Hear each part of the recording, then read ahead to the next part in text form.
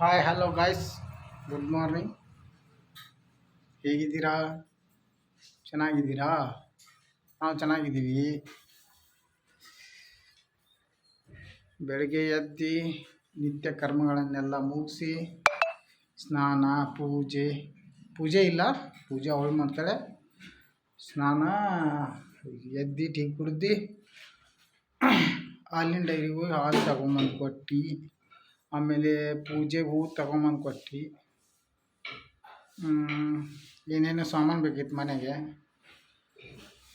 ಸಾಮಾನು ಇಸ್ಕೊಂಬಂದು ಕೊಟ್ಟು ನಾನು ಸ್ನಾನ ಮಾಡ್ಕೊಂಡು ಎಲ್ಲ ರೆಡಿ ಆದೆ ಕೆಲಸಕ್ಕೆ. ಟೈಮ್ ಆಯಿತು, ಕೆಲ್ಸಕ್ಕೆ ಹೋಗ್ಬೇಕು ಇವಾಗ. ನಾನು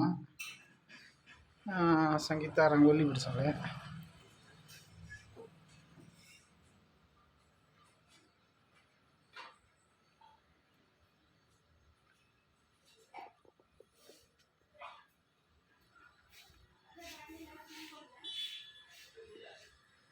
ನಾವಿರೋ ಸೆಕೆಂಡ್ ಫ್ಲೋರಲ್ಲಿ. ನಾನು ಕೆಲಸಕ್ಕೆ ಹೋಗ್ಬೇಕು ಇವಾಗ.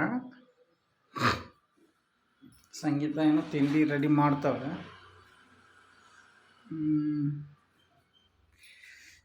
ಟೈಮ್ ಆಗುತ್ತೆ ಅಂತ ನಾನು ಪೂಜೆ ಮಾಡಿಲ್ಲ. ಅವಳು ಆಮೇಲೆ ಪೂಜೆ ನಂಗೆ ತಿಂಡಿ ಕೊಟ್ಟು ನಾನು ಹೋಗಿ ಆದಮೇಲೆ ಅವಳು ಪೂಜೆ ಮಾಡ್ತಾಳೆ. ಫ್ರೀ ಇದ್ದಾಗ ನಾನು, ರಜೆ ಇದ್ದಾಗ ನಾನು ಮಾಡ್ತೀನಿ. ಪೂಜೆಗೆ ಹೂ ನಾನೇ ತಂದುಕೊಡೋದು ಮತ್ತೆ ಡೈಲಿ.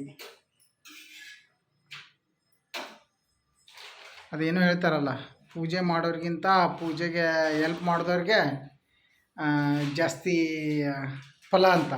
ಹಂಗೆ ನನ್ನ ಹೆಂಡತಿಯಿಂದ ನನಗೆ ಜಾಸ್ತಿ ಫಲ. ಟೈರ್ ಹೋಗಿತ್ತು, 1800 ರೂಪಾಯಿ ಅಪ್ಪ.